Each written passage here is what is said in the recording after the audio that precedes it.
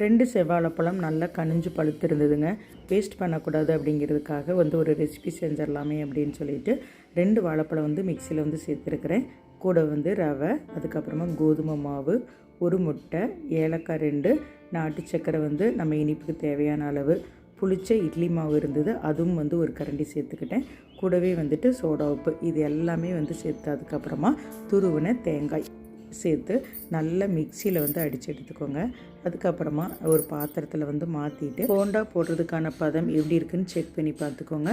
இந்த மாதிரியான விழுகிற பதத்தில் இருந்தால் மட்டும்தான் இந்த போண்டா வரும். ரொம்ப கெட்டியாக இருந்தது அப்படின்னா வேகிறதுக்கு லேட் ஆகும். அதனால் நான் பதம் செக் பண்ணி பார்த்துட்டு எண்ணெய் அடுப்பில் வச்சு சூடாயிடுச்சுங்க.